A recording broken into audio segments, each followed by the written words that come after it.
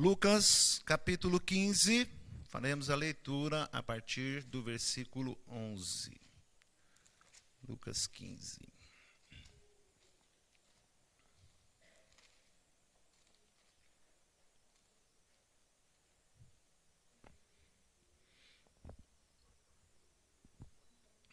Todos acharam? Lucas 15, a partir do 11 ao 24. Continuou. Certo homem tinha 2 filhos. O mais moço deles disse ao pai: Pai, dá-me a parte dos bens que me cabe. E ele lhes repartiu os haveres.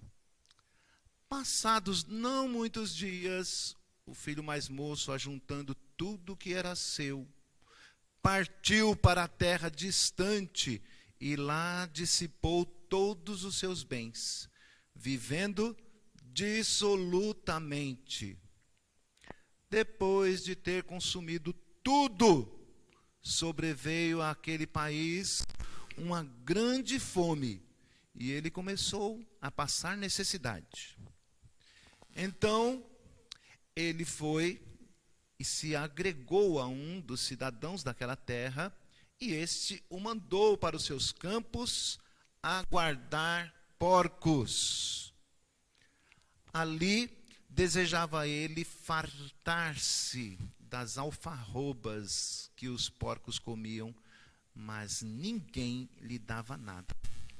Então, caindo em si, disse: Quantos trabalhadores de meu pai têm pão com fartura, e eu aqui morro de fome. Levantar-me-ei e irei ter com o meu pai, e lhe direi: Pai, pequei contra o céu e diante de ti, e não sou digno de ser chamado teu filho. Trata-me como um dos teus trabalhadores. E levantando-se, foi para o seu pai. Vinha ele ainda longe, quando seu pai o avistou. E compadecido dele, correndo, o abraçou e beijou-o. E o filho lhe disse: Pai, pequei contra ti, contra o céu e diante de ti. Já não sou digno de ser chamado teu filho. O pai, porém, disse aos seus servos: Trazei depressa a melhor roupa, vestiu, ponde-lhe um anel no dedo e sandália nos pés. Trazei também e matai o novilho cevado, comamos e regozijemo-nos, porque este meu filho estava morto e reviveu, estava perdido e foi achado. E começaram a regozijar-se. Só até aí, meus amados. Oremos mais uma vez. Senhor Deus, a tua palavra foi lida. Usa o teu servo. Ao abrir da minha boca, tá, encha, Senhor, com o poder do teu Espírito Santo. Fala, Senhor Deus, conosco. Abre os nossos olhos e o nosso entendimento. Rogamos por graça e misericórdia no nome santo de Jesus. Amém. Meus amados irmãos, esta palavrinha no início aí, versículo 11, continuou, obrigatoriamente nos remete ao que está escrito anteriormente, né? São 2 outras histórias cujo tema é o mesmo desta parábola. Uma celebração por encontrar algo que estava perdido. Primeiro foi a história das ovelhas e depois a história de uma moeda. Portanto, ele diz, continuou ele e conta uma terceira história de algo perdido que ele faz uma festa ao reencontrar. Ele conta essas histórias em resposta aos religiosos que tentavam lhe pegar em algum erro. Vendo Jesus em meio aos pecadores, né? Volta aí na sua Bíblia no capítulo 15 mesmo, no versículo 1 a 3. Aproximaram-se de Jesus todos os publicanos e pecadores para o ouvir. E murmuravam os religiosos, publicanos e fariseus, dizendo, escribas, né? Fariseus e escribas, este aí recebe pecadores e come com eles. Estou fazendo a vozinha daqueles caras chatos, né? Então lhes propôs Jesus esta parábola. Aí conta a história das ovelhas, da moeda, da dracma perdida e também do filho pródigo. O filho pródigo significa, né, é uma palavra que não está no texto, ela está como título em negrito, tentando trazer um significado, né? O pródigo vem do latim, querendo dizer prodigioso, alguém que tem muitos bens que nem valor lhe dá e o gasta dissolutamente, sem fazer conta. É pródigo, é tão rico que nem sabe o que tem, até que lhe venha faltar. Né? Então é essa ideia que ele está trazendo aí, de um filho pródigo. O título nos ajuda, de fato, neste caso. Né? Então, notem também, entre uma parábola e outra, que há uma progressão. Há uma progressão da ideia, da urgência, da importância a respeito daquilo que ele quer dizer com essas histórias emendadas, respondendo aos publicanos, que disseram isso. Ele se assenta no meio de pecadores, né? Criticando o nosso Senhor. Então, para explicar este fato, por que ele andava com os pecadores? Não para viver dissolutamente com eles. Não nos serve de desculpa. Então eu vou viver no meio dos pecadores, dos ímpios, né? Porque Jesus fez isso, é um exemplo. Ele estava lá porque ele tinha uma missão. E qual era a missão? É isso que ele está explicando com as parábolas. Ele veio para buscar o que estava perdido, o que estava morto. Ele veio para buscar as suas ovelhas.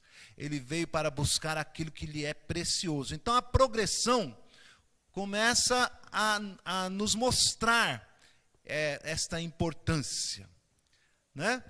Ele veio para buscar o que estava perdido. Então, reparem agora qual é a progressão. Na primeira história, ele apresenta uma proporção de 100 por 1. Eram 100 ovelhas e uma se perdeu. Interessantemente, na segunda história, ele fala de uma proporção já mais apertada, ressaltando, então, a importância e a urgência. Conforme a história vai passando, aumenta a importância e a urgência. Agora são 10 moedas e se perde uma, 10 por 1. Primeiro foi 100 por 1, agora 10 por 1. E por último, a história que nós estamos meditando é uma proporção ainda maior. Ele diz 2 por 1. De 2, 1 se perdeu. Mas se formos rigorosos e lermos o restante da história, nós vamos ver que é 1 por 1. Porque o filho que ficou em casa também estava perdido. Não tinha consciência do que tinha, do que era, do que estava, do que podia desfrutar. Estava perdido também. Né?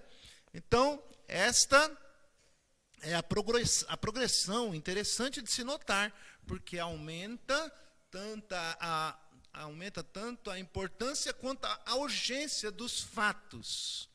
Né? E para cada uma das histórias, quando encontra aquilo que estava perdido, há uma festa.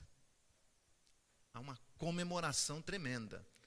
Há alta valorização, em alegria, em prazer, em satisfação, por encontrar algo que lhe era precioso e estava perdido e agora é encontrado. Este, então, é o tema da nossa mensagem.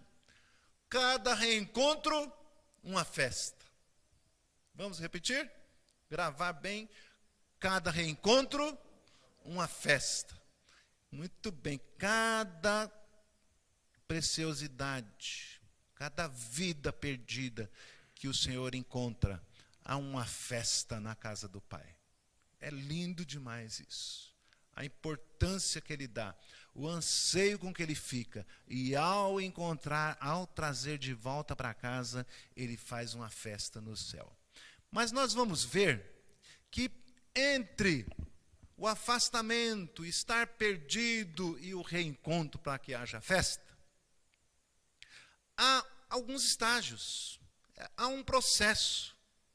E o que Jesus está querendo ensinar aqui é exatamente a história da redenção.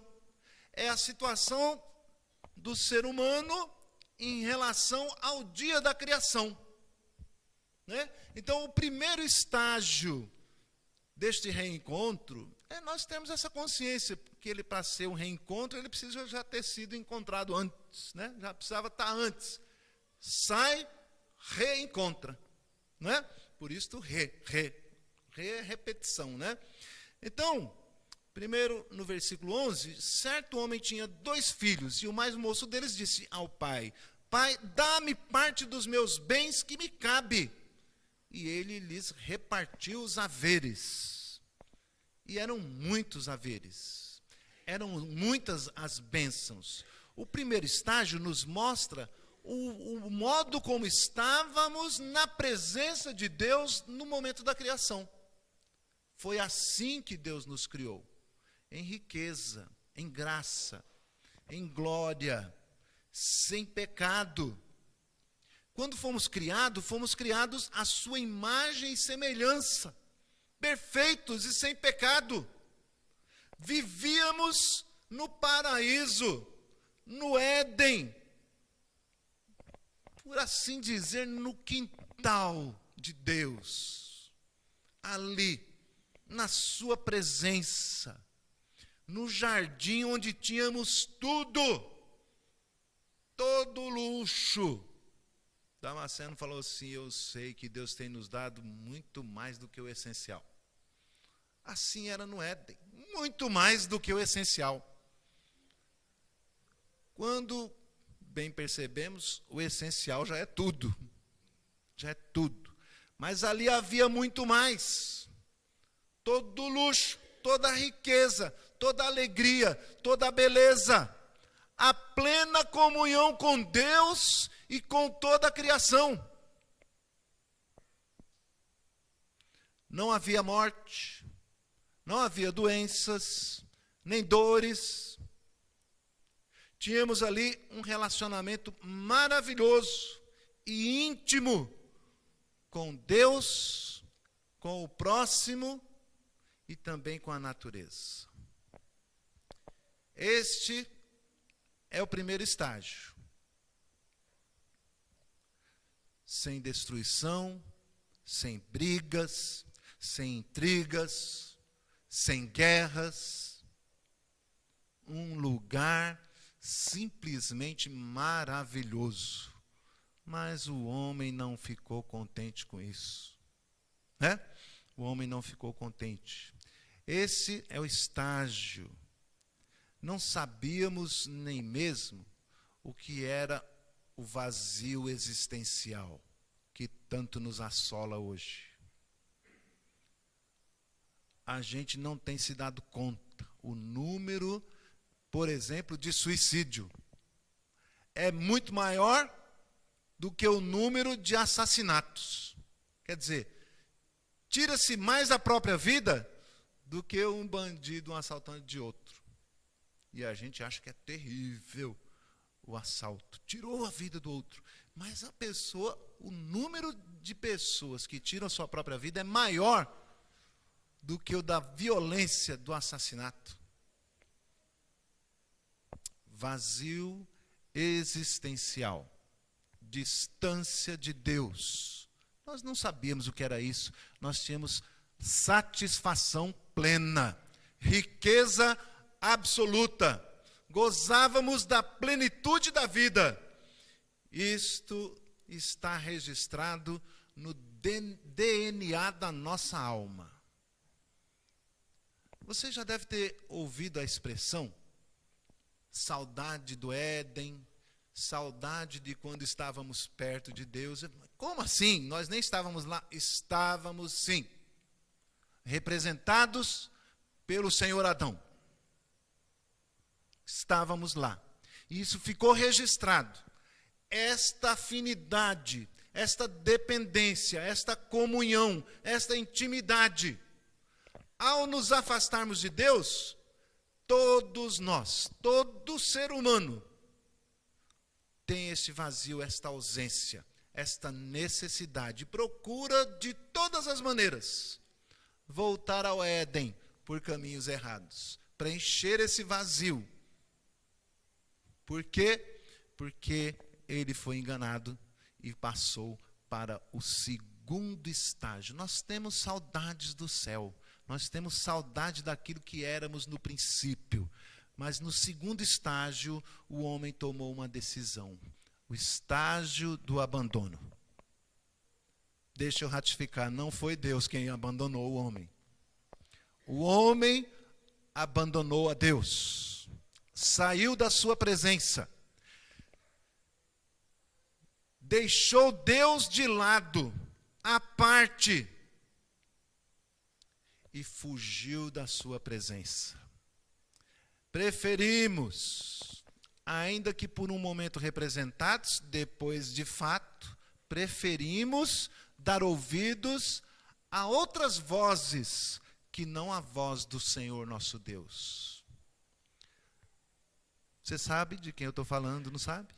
As outras vozes é do diabo. O nosso inimigo, o inimigo das nossas almas. A voz dele, do nosso adversário, é sedutora, enganadora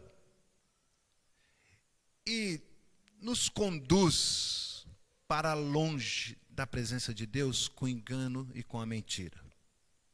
O diabo torce a palavra, monta silogismo, falácias, e a maioria, gostando de ouvir o que ele diz, afasta-se de Deus, assim como fez Adão, o nosso pai, nosso representante.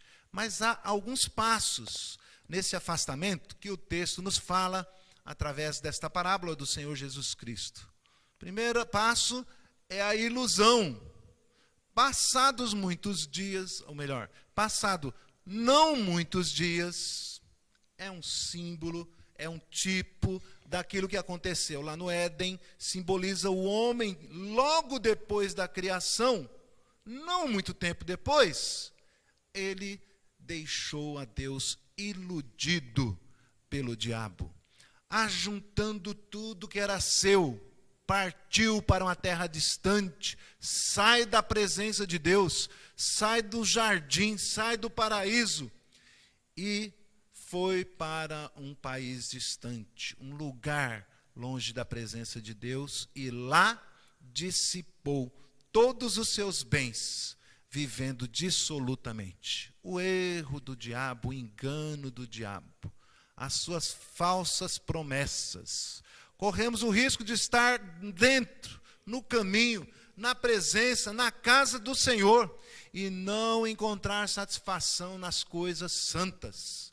Às vezes nos acostumamos com elas, aí queremos experimentar algo que nos dê mais prazer, que nos encha mais o coração, o ego, o prazer sexual, o prazer da drogadição, né? Porque dizer que não tem prazer, estaríamos enganando a nós mesmos, né? Ele seduz com os prazeres deste mundo, nos engana e nos leva para longe de Deus, ajuntando tudo que era seu, partiu para uma terra distante e dissipou todos os seus bens, e vivendo dissolutamente. É assim a estratégia do diabo, meus irmãos. Enquanto nos promete ser livres, nos arrasta em correntes. Enquanto nos promete sermos ricos, nos torna miseráveis. Muitas amizades só encontramos aproveitadores. Nos promete ser como deuses, quando na verdade, longe do Senhor, somos apenas vermes, menos que nada. Nos promete vida, mas ao final o seu caminho nos leva à morte. Então, neste caminho triste, de abandono, seguindo um outro caminho, uma outra voz, prometendo vida, nos levando à morte, vem o segundo passo, a realidade. O primeiro passo é a ilusão, atrás das promessas. Mas quando chega a dura realidade, depois de ter consumido tudo, gastou, desperdiçou, se achou sem bem nenhum, sobreveio àquele país ainda uma grande fome e ele começou a passar necessidade. É neste passo da realidade, que sentimos falta do que tínhamos, que nos lembramos de quem éramos. Aquilo que está registrado no DNA da alma vem à tona. Ela requer, ela exige, ela precisa de novo. Eu quero paz, eu quero estar com Deus, eu quero vida. Nada pode me satisfazer. Tem um buraco do tamanho de Deus. Esse é o tamanho do vazio da alma humana. Um buraco do tamanho de Deus. A frase não é minha, é do Agostinho. Ele diz que tem um buraco do tamanho de Deus, significando que só pode ser preenchido por Deus, por mais nada, por mais ninguém. A busca é tola e é vã. Ao sentirmos sede, nos lembramos das fontes de água viva, como tínhamos em abundância na presença do Pai. Ao sentirmos fome, nos lembramos que tínhamos abundantemente o pão da vida, o alimento verdadeiro. E ao sentirmos este vazio, olhamos e não achamos nada que o preencha. O coração está em guerra, porque rejeitamos, abandonamos, porque deixamos o príncipe da paz. A paz é o Senhor Jesus. A paz tem nome, é uma pessoa, não é um sentimento. É o Senhor Jesus Cristo. Só Ele pode dar paz ao nosso coração. E o Senhor, então, olhando, para isto, tem ainda um terceiro passo que eu quero ressaltar antes de ir para o olhar do Senhor misericordioso. Estou doido para chegar nesse ponto. Mas ainda tem um passo aqui, desse distanciamento, que é a teimosia. Ao olhar para tudo isso, este vazio, esta falta, versículo 15 diz que ele foi e se agregou com os cidadãos daquela terra, e este o mandou para os seus campos guardar porcos. Neste passo, nós tentamos lutar contra o óbvio, voltar para o Senhor e lutar com as nossas próprias forças. Rejeitamos, relutamos, voltar para a casa do Pai. Queremos usar tão somente a nossa sabedoria. Onde foi que eu errei? Eu vou fazer uma estratégia. Espera aí que eu vou fazer mais um curso e outro curso e outro curso. E aí vou, com a minha sabedoria, vou vencer. Alguns chegam a usar de astúcia. Vou dar um nó aqui e outro acolá e vou conseguir me livrar dessa. Assim, o passo da teimosia é em vão, é em vão. Felizmente, agora sim, vem o terceiro estágio nesta busca divina, nesta busca divina. Felizmente, Deus vai buscar o perdido. A história da humanidade nos leva a essa triste realidade.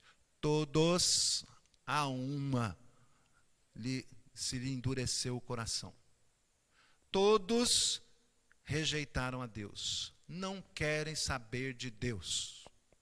Não há um justo, nenhum sequer, diz a palavra de Deus. Mas Deus, rico em misericórdia, começa a nos buscar. Vejam só, versículo 16, ali desejava ele fartar-se das alfarrobas que os porcos comiam, mas a dura realidade é que ninguém lhe dava nada. Espera aí, pastor, mas esse versículo aí não está no ponto errado? Acho que era... Não, quero dizer com isto, quando nós chegamos no estágio anterior, que estamos lá no fundo do poço, começa aí a busca misericordiosa, graciosa, é ali que Deus nos leva à compreensão, ao entendimento da realidade da vida sem Deus. A grande necessidade, a busca, a sede. Versículo 17, então caindo em si, repete comigo, por favor. Então, caindo em si, caiu em si, significa que ele foi despertado. Ninguém pode, ninguém consegue cair em si, ser despertado, se o Senhor já não tiver iniciado a busca naquela vida. É instrumento de Deus.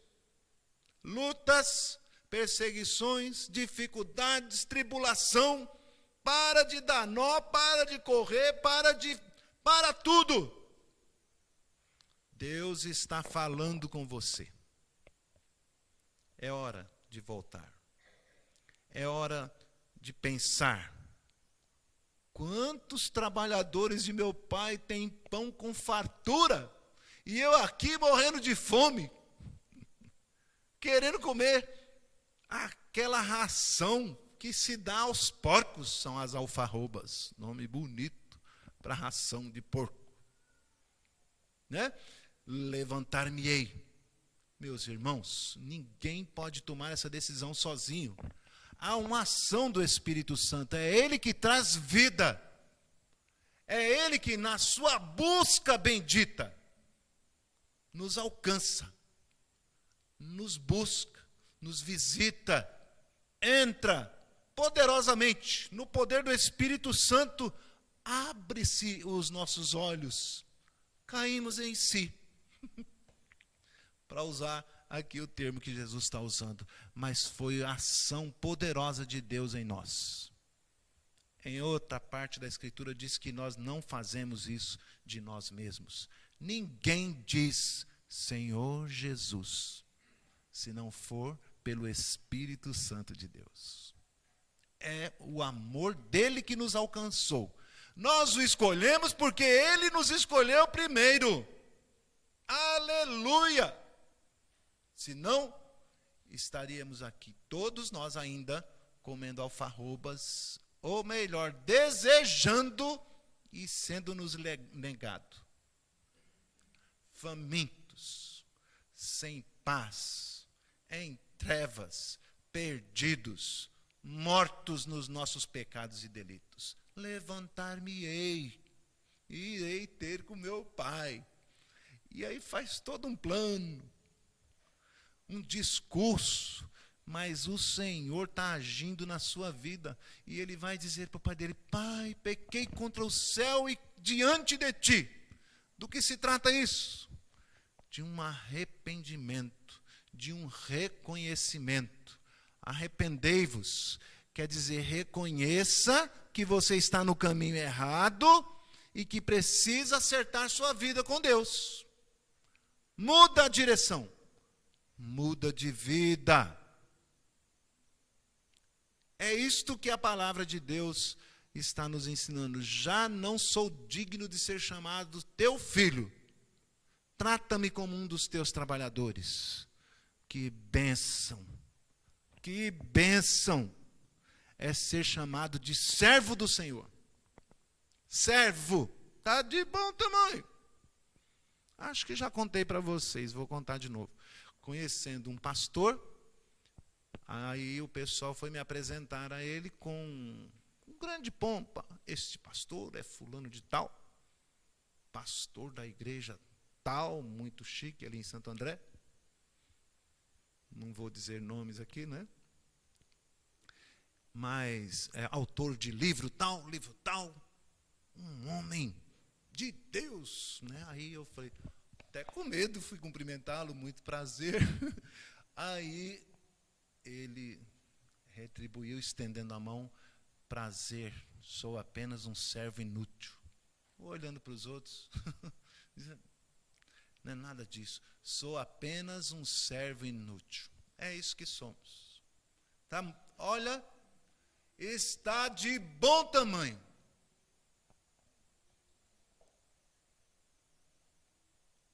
Mas o Senhor, sendo rico em misericórdia, e por causa do grande amor com que nos amou, abre os braços e nos recebe, e nos beija, e nos abraça, e nos toma no colo. Seja bem-vindo, filho. Não quer nos tratar como servos. Por favor, traga uma roupa para o meu filho. Não está vendo que ele está sujo? Dê a ele vestes novas, vestes limpas. Dê a ele o anel de autoridade. Ele é meu filho. Como assim o servo? Ele é meu filho. E diz mais, traga aquele bezerro cevado, engordado para a festa. Hoje eu estava aguardando, esperando por esse dia. Vamos comemorar, porque o meu filho estava morto e reviveu. Estava perdido, longe, e eu o encontrei. É assim. Jesus está dizendo, é assim que o Pai anseia por nós, é assim que Ele nos recebe. Como podemos virar costas para Ele e rejeitar todo o seu amor, a vida, a abundância, a riqueza? É tempo de ouvir a sua voz. Vinde a mim, todos que estáis cansados e sobrecarregados, cansados desta busca, sobrecarregados do engano e da mentira, vinde a mim e eu vos aliviarei. Tremendo, o amor de Deus é maravilhoso, maravilhoso.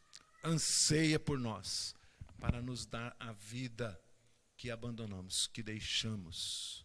O ápice da busca é o poder de Deus nos levando ao encontro com Ele, nos levando ao arrependimento, mas também nos levando à confiança na sua graça e na sua misericórdia. Do contrário, ficaríamos perdidos, longe e distantes. É assim que o Pai nos recebe, com amor, com graça e com misericórdia. Então, começaram, diz o texto, a regozijar-se. Ao achar a moeda, fizeram festa. Ao achar a ovelha, fizeram festa. Se fizeram festa para uma moeda, se fizeram festa para uma ovelha, quanto maior não deveria ser a festa ao encontrar aquilo que lhe é mais importante, de maior valor. A festa feita pelo filho que foi encontrado foi tremenda, maravilhosa. É um evento muito maior, digno de comemoração. Há um motivo muito maior para festejar. Do mesmo modo, há grande festa no céu, cada vez que um pecador se arrepende e volta para os braços do Pai. aplicando, meus irmãos. Quantos ensinos ficaram de lado? A gente tem que focar, porque há um tempo para terminar. Muitos ensinos. Mas nisto que nós podemos ressaltar hoje, o Senhor está falando conosco. Não resista à sua voz. Está falando com você aí na internet. Não resista à sua voz. Foi exposta a palavra de Deus. O convite é doce. A sua voz é mansa. Cada reencontro, uma festa. O Senhor está esperando ansioso. Está tocando. Está trabalhando. Está agindo no poder do Espírito Santo até que você volte para os braços do Pai. E nós que aqui estamos, bom pastor, a mensagem não era para mim não, eu já estou aqui, é a parte do filho que não saiu de casa, mas que ainda assim estava afastado. Cuidado, cuidado, não considere comum aquilo que o Senhor tem feito por nós. Não considere coisa de somenos a bênção do alimento espiritual que Ele tem nos dado, dia após dia. A bênção de poder nos reunirmos. A bênção de haver paz e comunhão. A bênção de haver sustento em oração uns pelos outros. Não considere isso uma bobagem. Lá fora não tem nada melhor que possa nos preencher a nossa alma, a nossa alegria, a nossa satisfação. Se você não está encontrando satisfação nisso, é momento de buscar a Deus. Fala, Senhor, parece que eu estou perdido aqui dentro da tua casa. Restaura a minha comunhão, restaura a minha vida com o Senhor. Eu quero sentir paz, amor e alegria de estar aqui com os meus irmãos. Quero ser teu servo. Eu sei que o Senhor me chama de filho, mas eu quero te servir. Eu quero ser um servo teu. E se disponha a trabalhar. O Senhor tem nos abençoado muitíssimo. Bendito seja o nome do Senhor. Vamos então à outra parte do culto, quando nós vamos agora apresentar diante da igreja, diante dos irmãos, diante dos anjos, a confissão de fé do nosso querido irmão